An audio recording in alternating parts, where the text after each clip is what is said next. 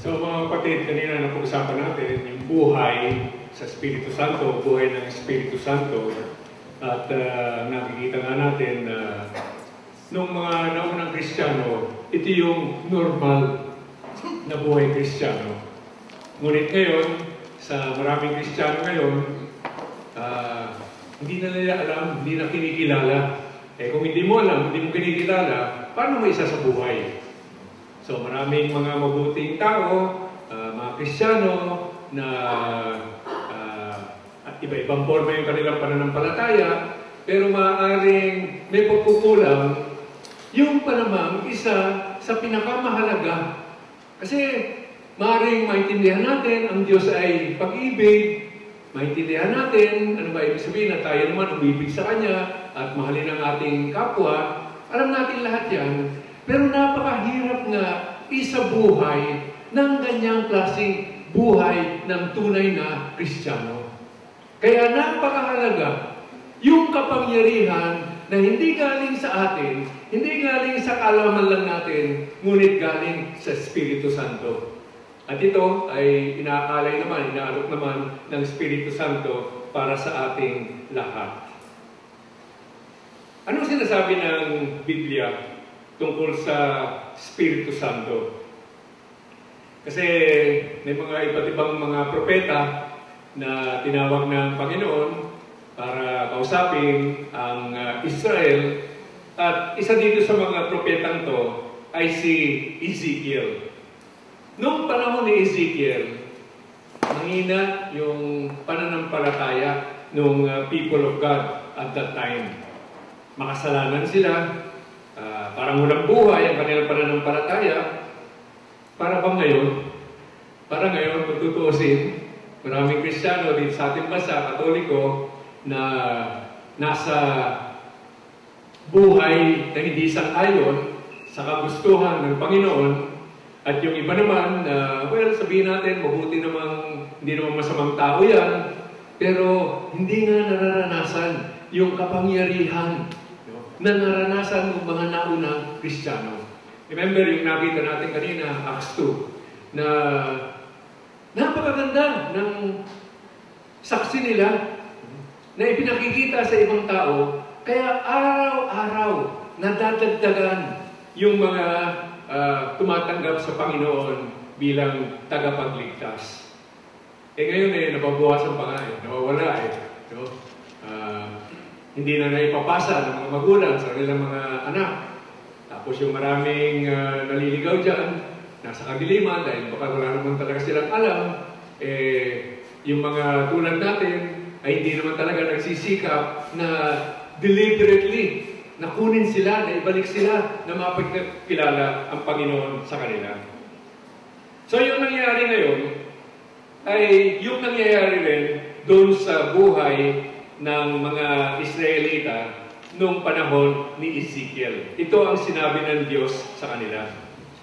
In Ezekiel 36, verse 26, sabi ng Diyos dito, I will give you a new heart and place a new spirit within you, taking from your bodies your stony hearts and giving you natural hearts. Ito yung pangako ng Diyos na ibibigay niya ang kanyang Espiritu Santo. Yung puso ng mga tao, matigas, parang bato. Pero sabi dito, biyok kayo ng bagong puso, bagong Espiritu, para palitan yung matigas na puso ninyo. Tapos sa susunod na talata, verse 27, sabi niya, I will put my Spirit within you and make you live by my statutes, careful to observe my decrees. So ito naman yung pangako ng Diyos ng tulong at kapangyarihan ng Diyos para magawa natin kung ano ang tama. Yung hindi natin kaya sa ating sariling kakayanan, alam natin, sa pag-iisip natin, alam natin, ito tama, ito mali, gusto kong gawin yung tama, ayaw kong gawin yung mali, pero hindi natin kaya.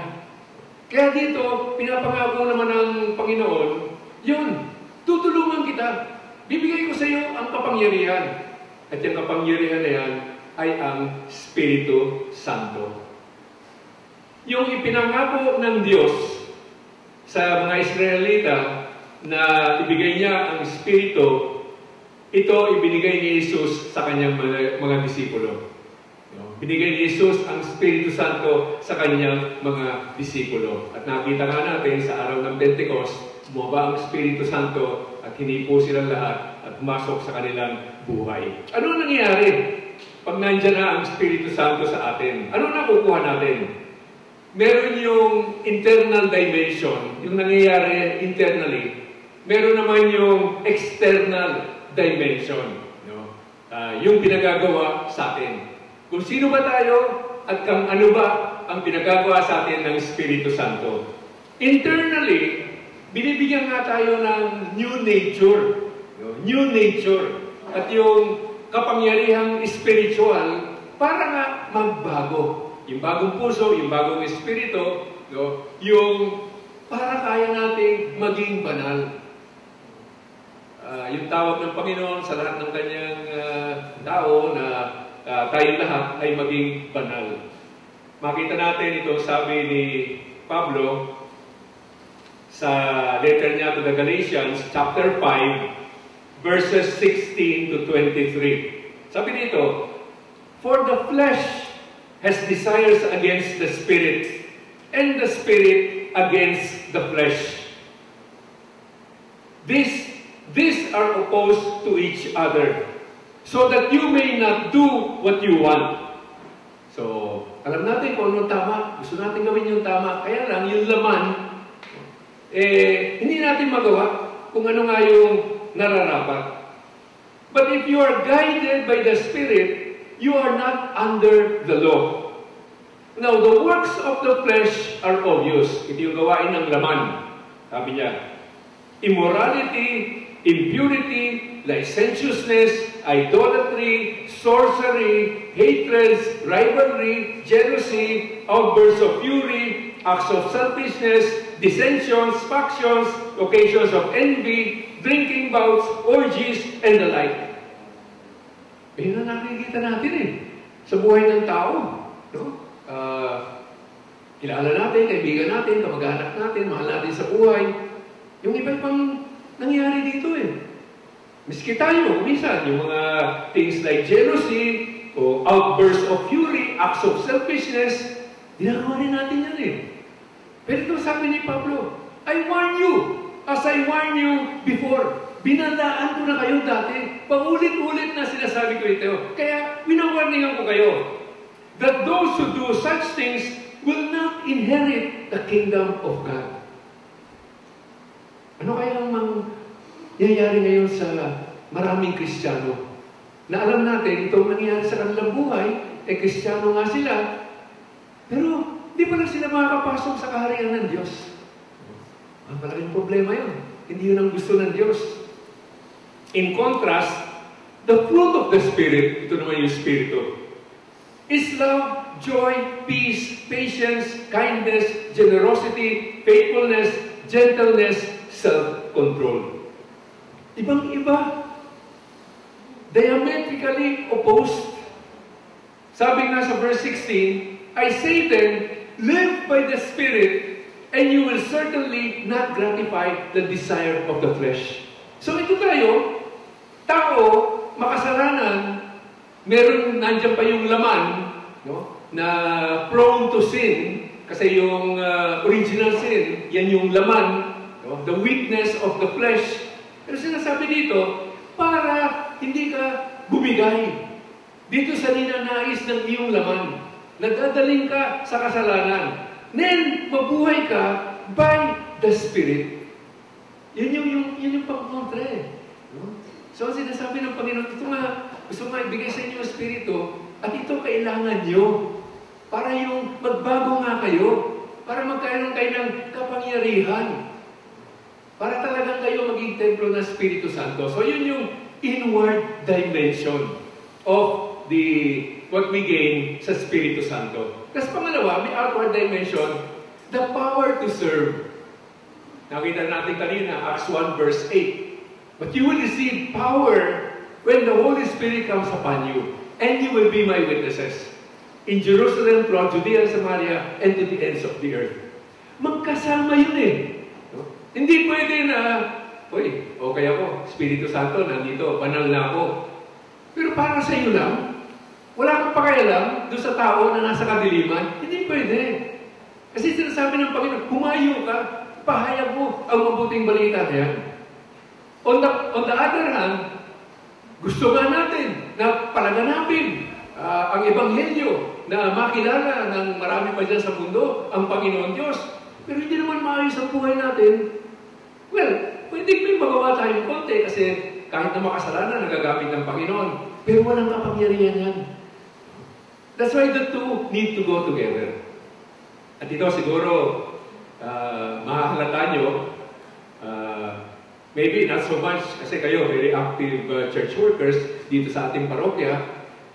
Pero ito yung talagang dalawang bagay na pinakamalaga sa buhay ng isang tao na hindi nalalaman ng ordinaryong Kristiyano, na hindi isinasabuhay. Sino ba ang nag-iisip kahit na tayo? Siguro doon sa dating buhay natin, bago tayo talagang naging aktibo. No? Sino ba nag-iisip na banal pala, kabanalan pala ang tawag sa akin? No? Kala ko, basta maging mabuting tao lang. Hindi, kabanalan eh. Tapos, naisip ba natin na ako pala gagamitin upang ipahayag ang Ebanghelyo sa mas nakararami pa? Eh, di ba si Father Sandy yun? O hindi ba, ito mga yan, yung mga nagtatrabaho sa parokya, yan, bahala sila. Pero ako, ordinary katoliko lang. Basta magsisimula ako sa linggo, wala na akong pakialam doon. Hindi alam. But these are the two most important aspects. Yung internal dimension, tayo ay naging banal tulad ng kabanalan ng Panginoon Diyos. And the external dimension, na tayo ay maglingkod. At ang pinakamahalagang paglilingkod natin ay yung ipahayag ang mabuting balita ng kaligtasan sa Panginoon. So, ito yung nakukuha natin sa Espiritu Santo. Kaya nga, masasabi rin natin mga kapatid, ang Diyos gusto na lahat ng tao ay magkaroon ng ganitong buhay. I mean, sa simbahan, iba-iba ang spirituality, di ba? No? Iba-iba yung charism, iba-iba yung service. Okay naman yan, kasi yan ang diversity. Pero ito, basic ito. Kahit nasan ka man, kahit anong grupo ka man, kahit anong paglilingkod mo, kailangan maging banal ka. At kailangan gawin mo ang magagawa mo upang paalam sa mas nakararami pa yung napakagandang balita ng kaligtasan sa ating Panginoon. So, ngayong gabi, kanina sabi nga natin, ito'y napakahalaga, buhay ng Espiritu Santo. Ngayon, sa sesyon na ito, we want to claim yung pinakapangako ng Panginoon Diyos na ibibigay niya ang Espiritu Santo kung sino man ang hihiling nito. Ulitin natin. Ulitin, ulit. Kasi napakahalagang pangako ng Panginoon Diyos. And it should be something na babalik-balikan natin. Ano nga ba ito? Yung sa Ebanghelyo ni Lucas, chapter 11, verses 9 to 13. Inuulit na naman natin kasi napakahalaga. Ang simpleng pangako ng Diyos. And I tell you, ask and you will receive, seek and you will find, knock and the door will be open to you. For everyone who asks receives, and the one who seeks finds, and to the one who knocks the door will be open. What father among you would hand his son a snake when he asks for a fish? Or hand him a scorpion when he asks for an egg? If you then, who are wicked, know how to give good gifts to your children, how much more will the Father in heaven give the Holy Spirit to those who ask Him? Yun ang pangako ng Diyos. Kaya naririto tayo, gusto natin hingiin. Yung pangako mo, Panginoon, gusto rin namin yan. Ginugusto mo, pero kami ngayon, gusto na rin namin yan. Kaya, in a short while, no, dadasal tayo, at umpisa natin sa commitment to Christ. Pwede ba natin i-flash lang? Kasi ito yung parang baptismal commitment. No? Tinataboy mo ba si Satanas? Basic. No? Kasi yun nga, ang premise ng lahat ito, yung ating pagsisisi, yung pananampalataya, no? Yung paglinis ng ating sarili. So, idadasal natin itong commitment to Christ, tatanungin lang, tatakpil mo ba si Satanas? Oo, sumasampalataya ka ba kay Jesus? Ito yung credo natin, diba? Susunod ka ba kay Jesus? Okay, oo. And then there is the actual commitment. Ito ang ating idadasal. Simple lang naman, maiksi lang naman, pero sana nadama natin sa ating puso na ito talaga, maharap tayo sa Panginoon. Marami na tayong napakinggan at ito, nangako na ang Panginoon na ibubuhos niya ang kanyang Espiritu kung hihingi natin. So parang ito, preparing ourselves and saying, ito nga, ako'y para sa iyo. Lahat nung sa kadiliman dyan ay tinalikuran ko na at sasabihin natin yung prayer na yun sabay-sabay. Now, I just want to say some important points. Ulitin ko lang, nasabi natin kanina, hindi ito second baptism sa Katoliko. Kasi yung baptism, yung sacramental baptism. At natanggap na natin ang Espiritu Santo, nandiyan na.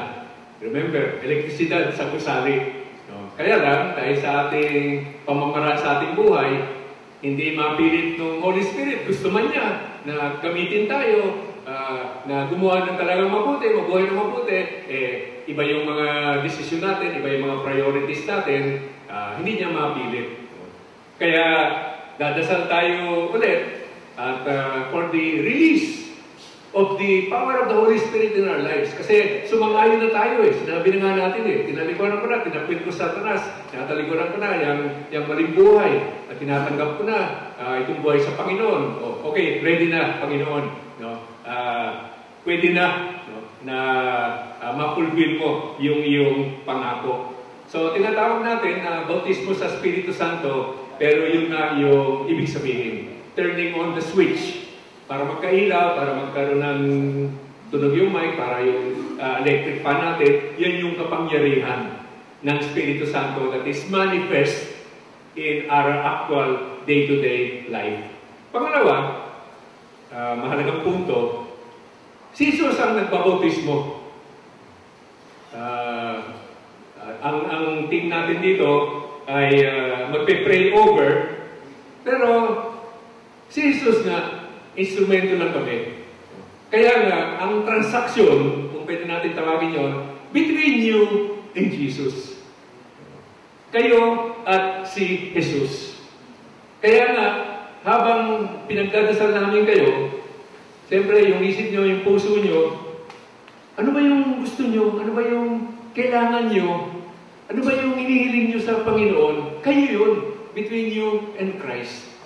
And it's not necessarily kung ano yung lumalabas sa salita sa aming mga bibig, pero basta't ikaw. Kasi it's Jesus pouring out His Spirit upon you, praying for you, laying hands on you, and yun ang transaction. Sa kadalasan, marami na rin sa inyo naman na nag-charismatic renewal, so na-pray over na rin, di ba?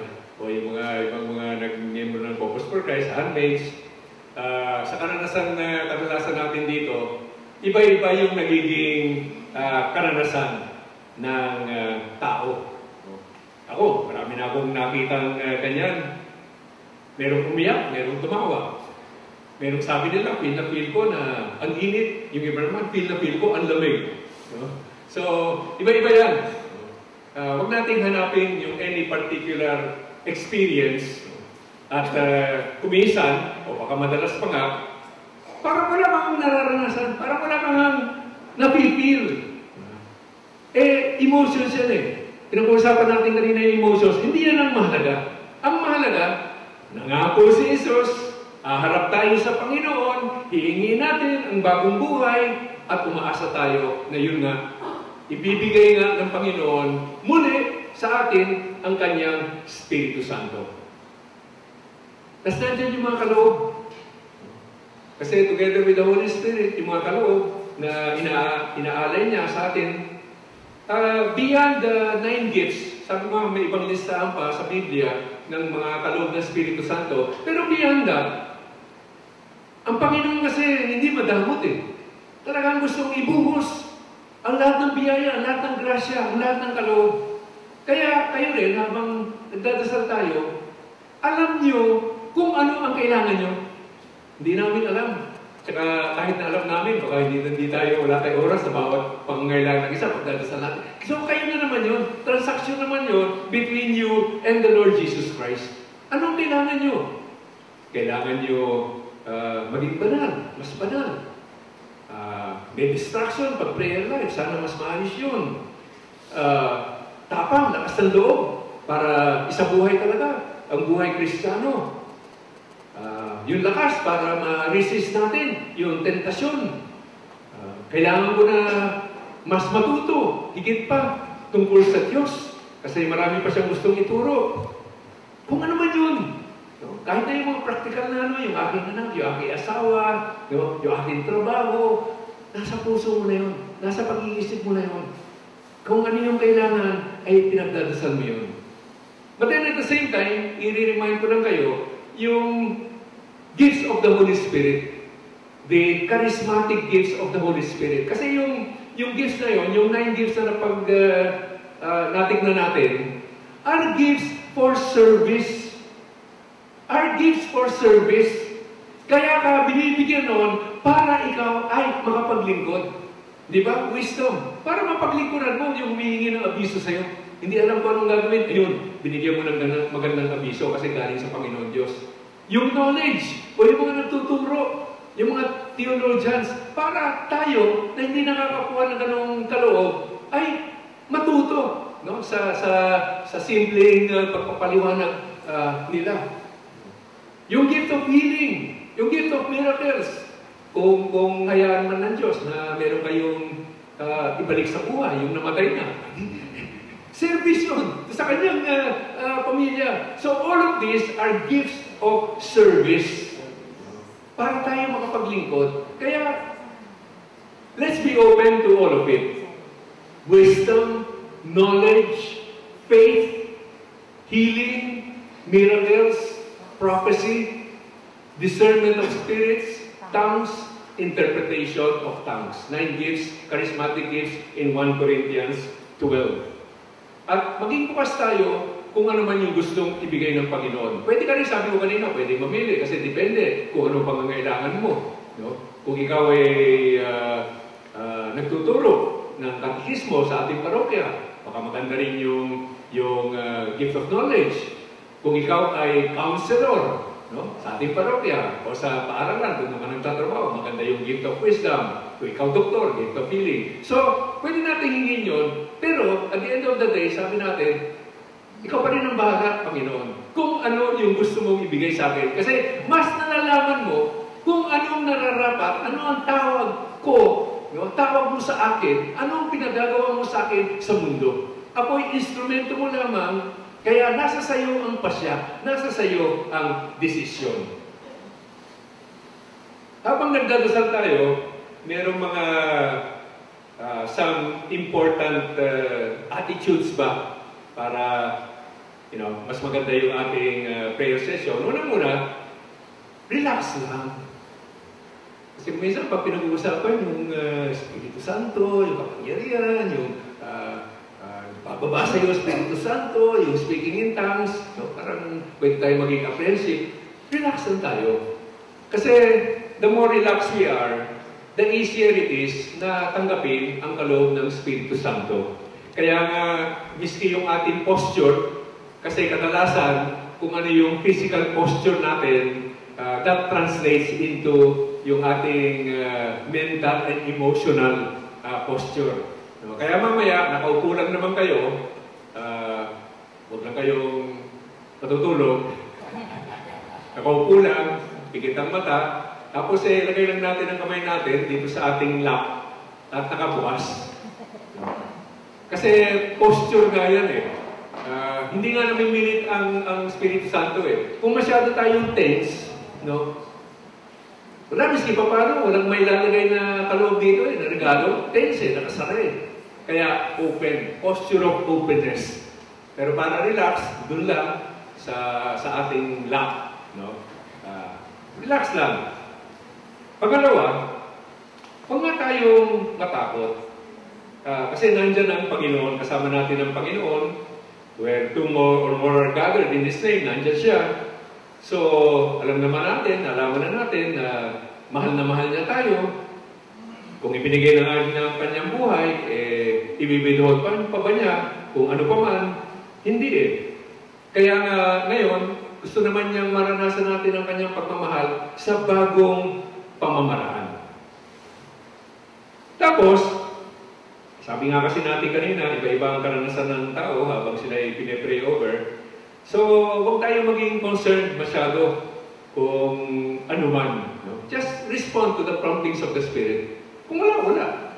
Pero kung gusto mo itaas yung kamay, go ahead and do it. Gusto mo umiyak, fine. Kung yun ang gusto mo tumawa, okay.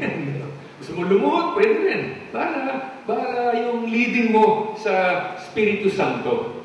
At huwag nating entertainin yung pag-iisip na, parang naging loko-loko ko dito pag nagtangs ako. Parang ano ba yun?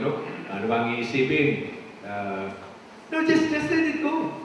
Kasi, alam niyo yung Espiritu Santo, kasi sa pang-araw-araw ng buhay, masurpresa yan You cannot put the Spirit in a box Ganito, umakto ang Espiritu Santo. Pagbukas ka talaga, sa pang-araw-araw, susurpresahin ka ng Espiritu Santo. Pero kung bukas ka, kasi kung meron na tayong preconceived notion, sasabihin nga natin, Holy Spirit, sige, gawin mo kung anong gusto mo, pero meron tayong parameter. No? Ito, hindi mo gagawin, yung ganito, hindi, para apunta ka dyan. Kung basta't bukas lang, the Holy Spirit wants to surprise us in that way. Gusto kong ulitin yung kaloob ng pagsasalita sa iba't ibang wika, the gift of tongues. Yung gift of tongues kasi, napakaganda para sa pagsamba sa Panginoon. Kasi, pag sumasamba ka sa Panginoon, pinupuri ka namin, Panginoon. Kaya aming Diyos, kaya aming Hari. At yung talagang pagdamandama mo, nasa presensya ka ng Diyos. Kung talagang damandama mo yun, wow!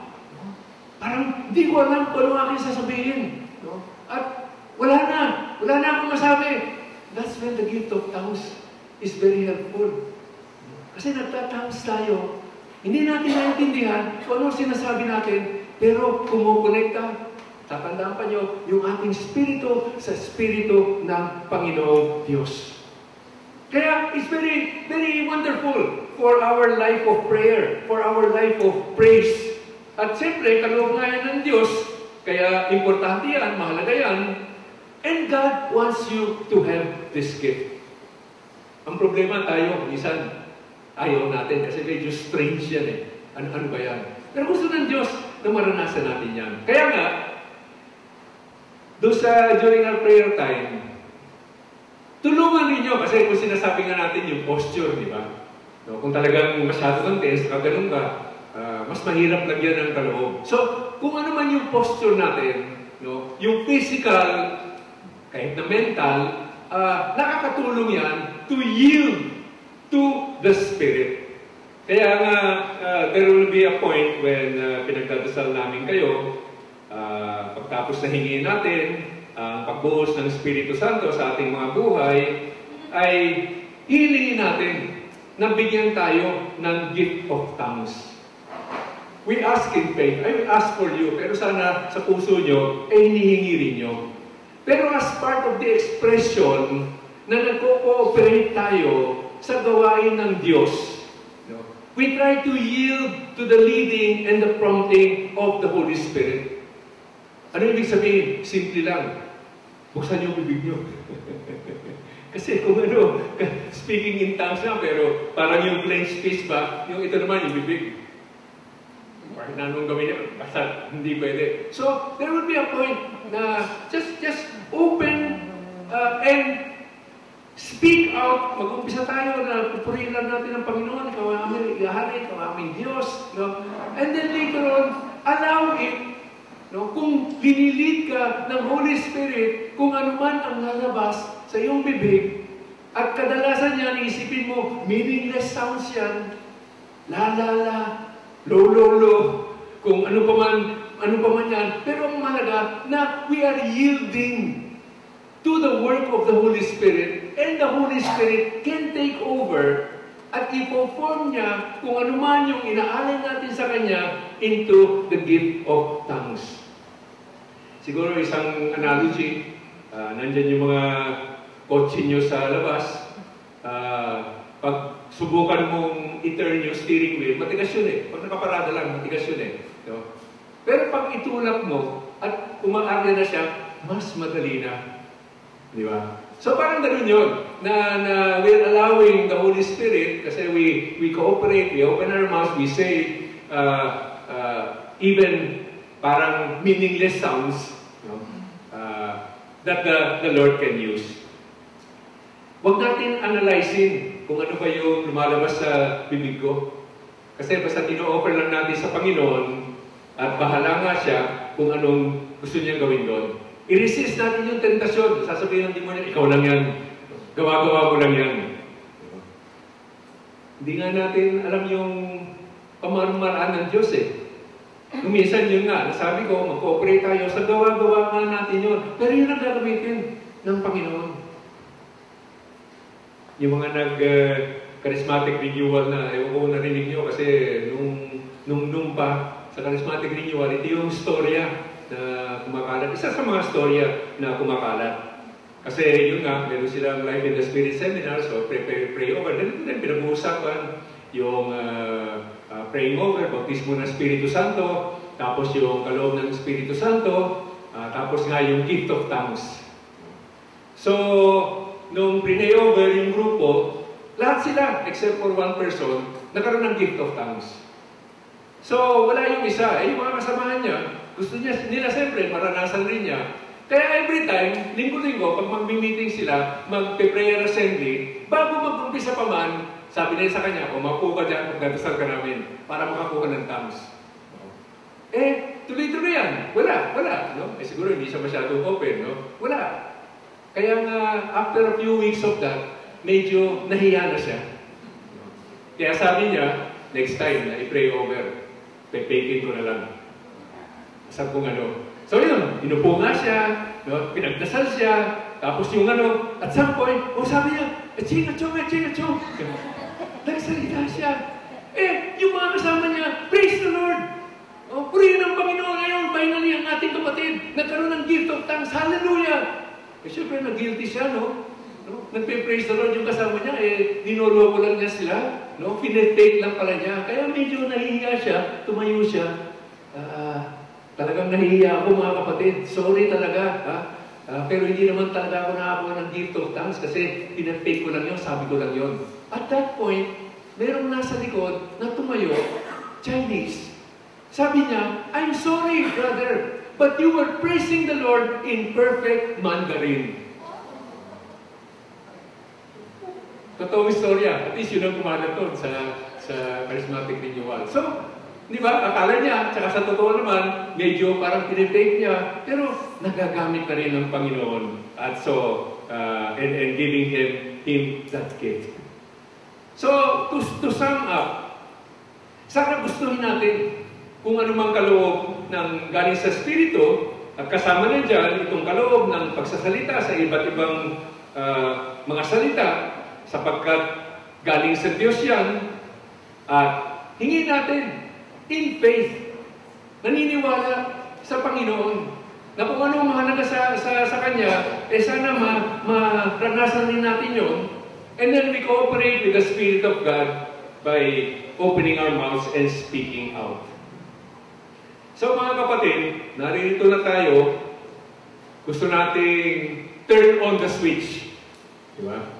Yung Espiritu Santo na nasa inyo na, at lalong-lalo na, kayo pa. Diba? Mga aktibo na kayo sa paglilingkod sa Panginoon, pero yung bautismo ng Espiritu Santo, pwede namang ulit-ulitin yun kasi isa na pouring, kung mas lalo pang mapuno, mas lalo pang tumindi yung ibinubuhos ng Espiritu sa ating lahat. So, gusto ng Diyos, kasi mahal niya tayong lahat. Gusto niya na ibigay ang kanyang mga regalo, ang kanyang mga kaloob. Simply because mahal niya tayo. At gusto niyang mabuhay tayo, magpamula ngayon sa kanyang Espiritu Santo. So wala nang question, ano yung gusto ng Diyos? Ano yung plano ng Diyos? Ang question na lang, as is always the question, ano naman yan sa atin? Sana gustuhin rin natin. Inaalay ng Panginoon Diyos ang lahat ng kanyang kaloob, ang parte naman natin ay tanggapin natin. At bigyan natin ng Espiritu Santo yung welcome sa ating puso at sa ating buhay.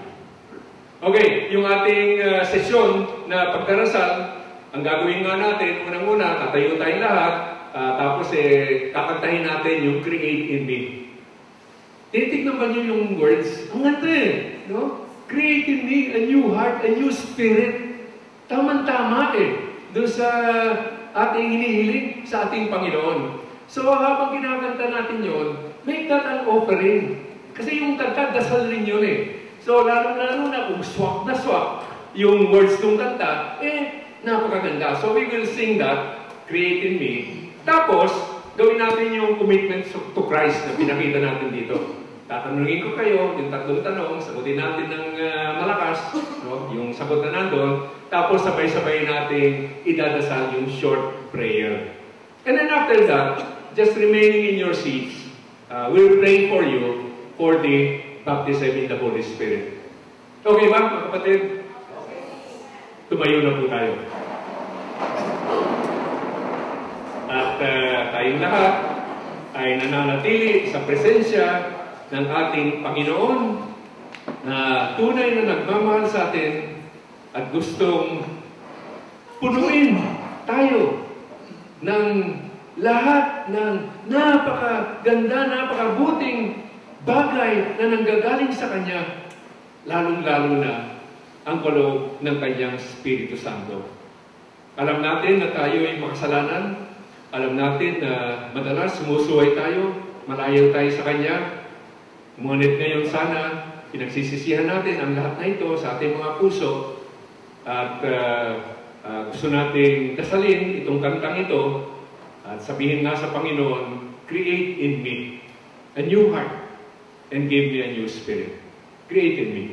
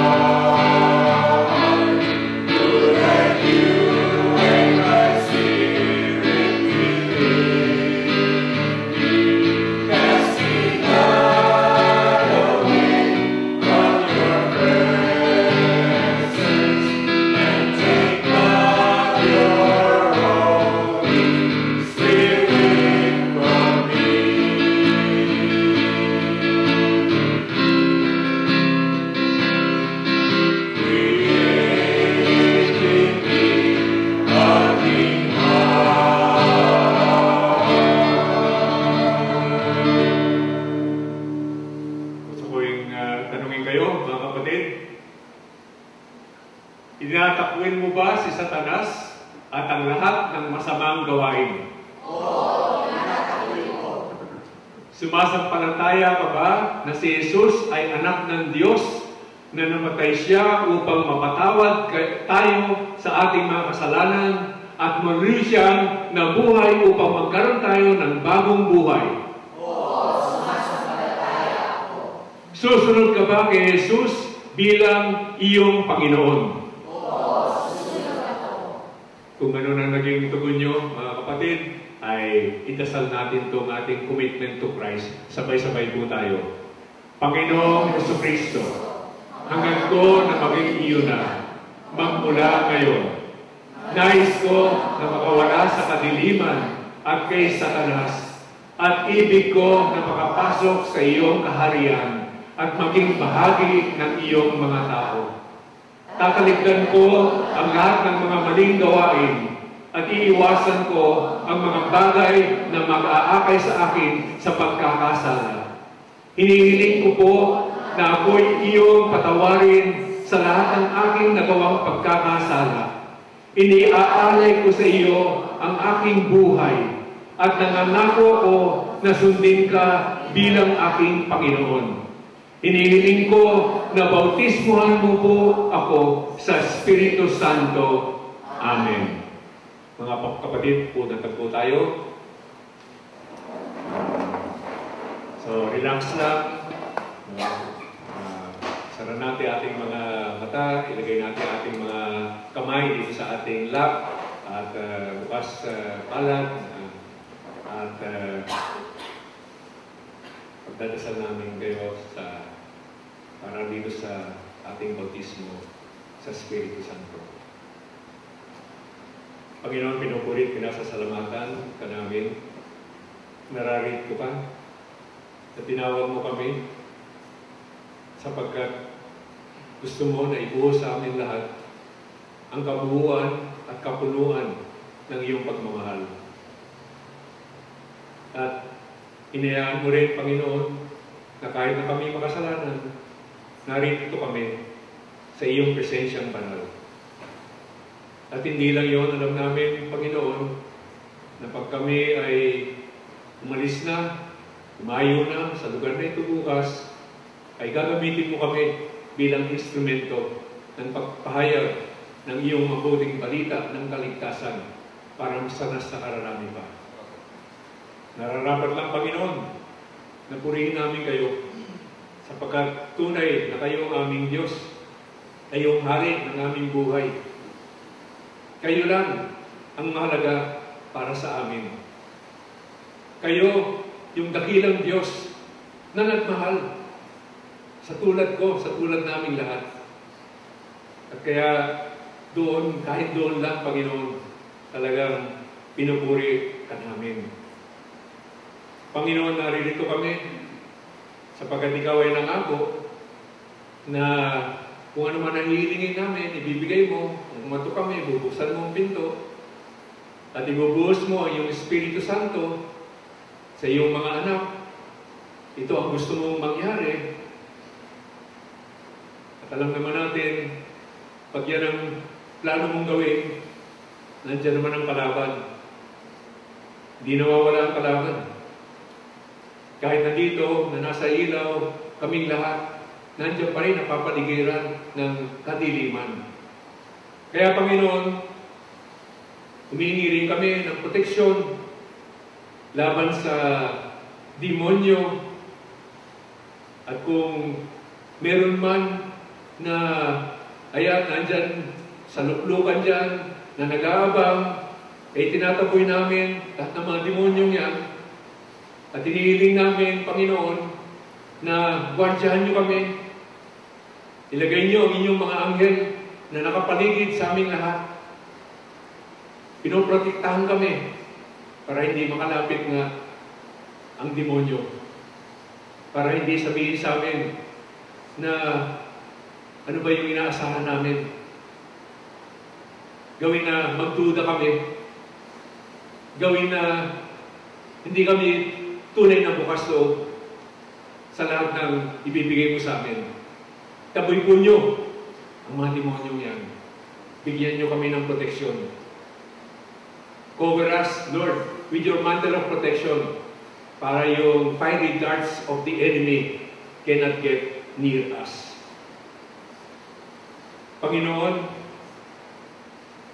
kami ay templo ng iyong Espiritu. Pero kuminsan nga, dinudumihan namin ang templong yan. Nagkakasala kami Ginagawa namin yung hindi ka nais-nais Kaya nga siguro, paminsan nag-aalangan ka rin, talagang gusto mo namang manirahan sa templong ito, pero hindi nararapat para sa iyo, sapagkat ikaw ay tunay na banal. Kaya Panginoon, ngayon, Paman, na kami narito, linisin po nyo ang aming mga puso, sapagkat pinagsisisihan namin lahat ng aming kasalanan. Gusto nga namin na hindi na mangyari yan, yung kamalian, yung masasamang bagay. Ayaw talaga namin sa buhay namin yan. Paminsan-minsan nga lang yung kahinaan ng namin loob at yung pagtutukso ng demonyo, mabagsak rin kami. Pero ngayon naririto kami, Panginoon. Hinihingi namin sa iyo, sapagkat kami nagsisi na. Tinalikuran na namin ang kasamaang yan. Hinihiling namin, linisin mo po kami. Patawarin mo po ang aming pagkakasala. At kung ano man yung aming pagkukulang, kayo na po ang bahalang bumuo. Yung aming kahinaan, kayo na po ang magbibigay ng iyong lakas. Yung mga hinaharap namin, mga kalakid, mga obstacle sa buhay, kayo na po ang mag-alis ng mga balakid na yan na humaharang sa paglago ng aming pananampalataya. So, Panginoon, naririto kami, iyong mahal na tao, iyong mga instrumento, sana purify us, Lord, with the fire of your love. Madalas, Panginoon, yung nagiging problema namin kasi kami rin merong hurts. Kuminsan nung bata pa kami, o dahil sa asawa namin, iniwan kami, o hindi na kami minahal, o yung aming mga anak, aming mga kapatid, aming mga kaibigan. Marami, Lord, alam mo naman, talagang yung sakit sa aming puso, yung mga dinaanan namin na hindi ka nais-nais. Kuminsan, nakala namin, nakalimutan na namin, pero paminsan-minsan, bilang sumusulpot, ito na naman, masakit na naman sa aming kalooban.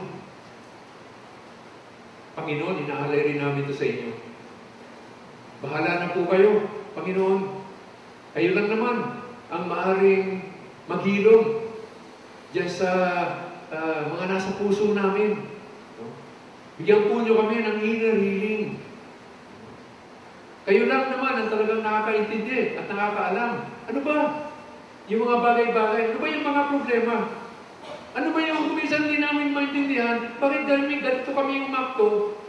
Tapos yung pala, dahil may nangyari, nung batang-bata pa kami, o nung nando kami sa paaralan, binuri kami, o may nambasto sa amin, o may itinakwil kami. Panginoon, kuminsan hindi nga namin alam, pero sumusulpot lang yan. Hindi na namin mapaliwanag kung ano nga ba nangyayari. Kaya lang ito, Panginoon, inaalay lang namin sa iyo. We lay down all of our weaknesses at your feet, Lord. Tulungan po niyo kami. Bigyan po niyo ng hilom lahat ng ito.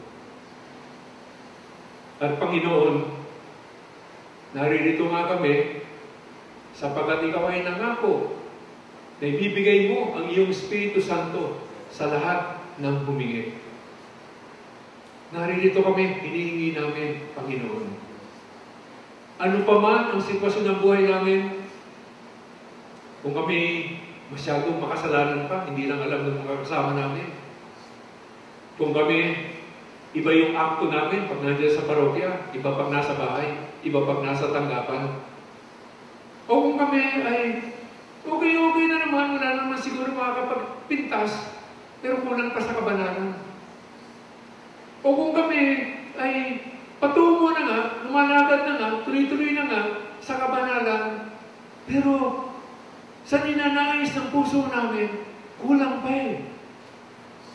Gusto namin na higit-higit ang kabanalan, na maging tulad mo. Ikaw nga ang aming modelo. Eh, Panginoon, mangyayari lang to. Hindi sa aming kapangyarihan, hindi sa aming kagustuhan, pero sa gustuhan mo, sa kapangyarihan mo. Kaya, Panginoon, ito yung iyong pinangako. Kami nananalig sa iyo. Kami ay may tiwala sa dakilang pagmamahal mo sa aming lahat. Kaya ngayon, hinihiling ko, Panginoon, para sa aking mga kapatid na narito ngayon, na ibuhos po niyo ang iyong banal na spirito sa bawat isa sa kanila. Bigyan po niyo sila ng the fuller portion, the greater outpouring of your Holy Spirit. Bumaba po ang iyong Espiritu Santo na hindi man makikita na dila ng apoy o hindi man maririnig na napakalakas na hangin, pero kami naniniwala na nariyan na ang iyong Espiritu. At ngayon, ibuhos po niyo ang iyong Espiritu sa bawat isa. Salamat, Panginoon. Salamat, Panginoon. Ikaw ay nangako, kami gumiling. At ngayon, alam namin, naniniwala kami, ibinigay na niyo ang iyong Espiritu sa amin sa panibagong pamamaraan. Higit pa sa aming naranasan in all of this time. Kahit na nandyan na nga, naglalakad sa kabanalan, naglilingkod na sa iyo, ngunit higit pa ngayon ang pagbuhos ng iyong Espiritu Santo. Panginoon, kasama ng Espiritu Santo, bukas po kami sa anong kaloob na gusto niyong ibigay sa amin. Sapagkat alam namin na paglabas namin dito sa retreat house na ito bukas, gusto mo sana na pagpatuloy, siguro naghigit pa ng paglilingkod niya, pagpatuloy namin ang paglilingkod sa iyo. Pero ngayon, may mas focus ngayon na hindi lang yung ano ba ginagawa namin sa parokya, pero para ipahayag ang mabuting balita ng kaligtasan sa mas nakararami pa. At para kami ay maging tunay na testigo, tunay na saksi. At paano kami magiging saksi? Sa aming kabanalan. Lahat ito, Panginoon, ay iyong gawain. Kaya nga, alam namin na kami instrumento mo. Kaya, Panginoon, kung ano man yung gusto niyong ibigay sa amin na kaloob, tinatanggap po namin yan. Pero alam rin niyo, Panginoon, paminsan meron kaming preference para makatulong naman sa aming paglilingkod, sa aming trabaho, sa aming pamilya. Sana matanggap rin namin yan. Pero kahit ano pa man, lahat ng galing sa iyo ay mabuti. Lahat ng galing sa iyo ay tunay na makakatulong sa amin sa aming buhay. Pour out your gifts upon us, O Lord, and we accept. Sana, Lord, yung gift of thanks rin. Kasi talaga naman, sabi mo na ang relasyon namin sa iyo ay personal. Pero medyo mahirap yan, Panginoon. Kaya kami nag-i-struggle pag nagdadasal, madaling mataranta, hindi namin lang kung anong sasabihin namin. O madalas hiling lang kami ng hiling sa iyo sa aming pangangailangan. Pero alam namin na gusto mong baguhin lahat yan Alam namin na gusto mong palalainin yung aming pananampalataya. Pero paano nga mangyayari yun? Ikaw ay Diyos. Ikaw ay spiritual. Kami tao, kami laman. Alam namin mga katulong dahil pinapaliwanag mo sa amin na yung kaloob ng pagsasalita sa iba't ibang salita ay makakatulong. At pag kami nagdadasal in tongues, ang spirito namin ang kumokonekta sa iyong espiritu. So Lord, pour out the gift of tongues also upon your people. Nihahandale, niyala, andayalay naman ang kinana. Baraki napsi, raba, sandayalay naman ang kinana. Irira, andayalay. Siya, andayalay naman ang nanak, niyala, niyahandale. Irira, andayalay naman ang kinana. Siya, niyala, raki napsi, narabayala, andayalay siya, andayalay. Irira, niyala naman ang kinana. Baraki napsi, handayala hiya na yalay nela handele na para kinasi na yalay irera nela handele shandaya na man para kinasi na handaya shandaya na man para kinasi ra yala shandaya na irera nela handele siya nela nandaya na man ayala handele para kinasi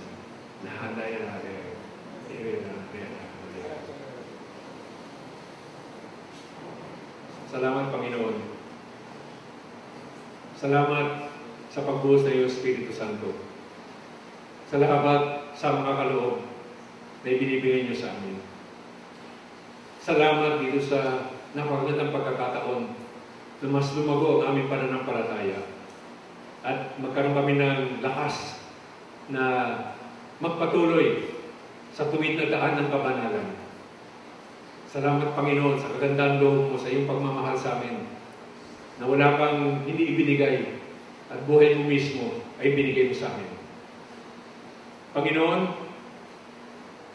hinihiling namin ang Espiritu Santo. Binigay mo sa amin ang iyong Espiritu Santo sa mga araw na darating at sa kahabaan pa ng aming buhay. Sana talagang maranasan namin itong grasya na maging matatag at malakas na Kristiyano. Panginoon, alam namin na ginawa mo na lahat na kailangan mong gawin at ngayon, bahala na kami. Depende na sa aming kooperasyon sa iyong Espiritu na naibuhos muli sa aming mga buhay. Kaya Panginoon, patuloy namin hinihiling yung grasya na nanggagaling sa iyo. Para nga tuloy-tuloy na. Para patatag ng patatag, palakas ng palakas, palalim ng palalim, ang aming pananampalataya at ang aming kabanalan. Tulungan po niyo kami, Panginoon, sapagkat ngayon, habang naririto kami, sa pagtugon sa tawag mo sa amin, ay kami naninindigan na kami ay kinukumit namin ang buong buhay namin sa iyo, Panginoon. Ikaw ang may-ari ng aming buhay. Kung ano man ang gusto mo na mangyari, yan po ang gugustuhin din namin. Tulungan lang po niyo kami. And so Lord, we're here in your divine presence. At sinasabi sa iyo, Panginoon, pwede niyo kaming asahan. Kami sa iyo. Tinalikuran na namin yung kadilimang yan at ang gawain ng demonyo. So sa totoo lang, alam naman namin, mapapagsak pa kami, pamisan-misan, pero nagdesisyon na kami. Kami ay sa iyo. Kami ay mabubuhay na banal. Kami ay isa sa buhay ang kapangyarihan ng iyong Espiritu Santo. Kami ay pagagamit sa iyo bilang iyong instrumento sa pagpapahayag ng mabuting balita ng kaligtasan sa aming Panginoong Hesus sa mas nakararami pa. Kami ay magagamit mo, Panginoon, sapagkat kami ay sa iyo at kami ay nagmamahal sa iyo. Salamat, Panginoon. Salamat sa lahat ng biyaya na nanggagaling sa iyo. Sana bawat araw ng aming buhay ay parati naming madadama yun. Lalong-lalo na pag may problema, dadating din naman yan. Pag may trial, pag may oppression, pag may persecution, lalong-lalo na paninindigan namin ang aming naging desisyon sa gabing ito. Na talaga kami ay committed sa iyo, Panginoon. You own us, we belong to you. At yun ay aming pribileyo. Amen. And glory be to the Father, and to the Son, and to the Holy Spirit, as it was in the beginning, is now, and ever shall be, world without end. Amen. Purihin ng Panginoon.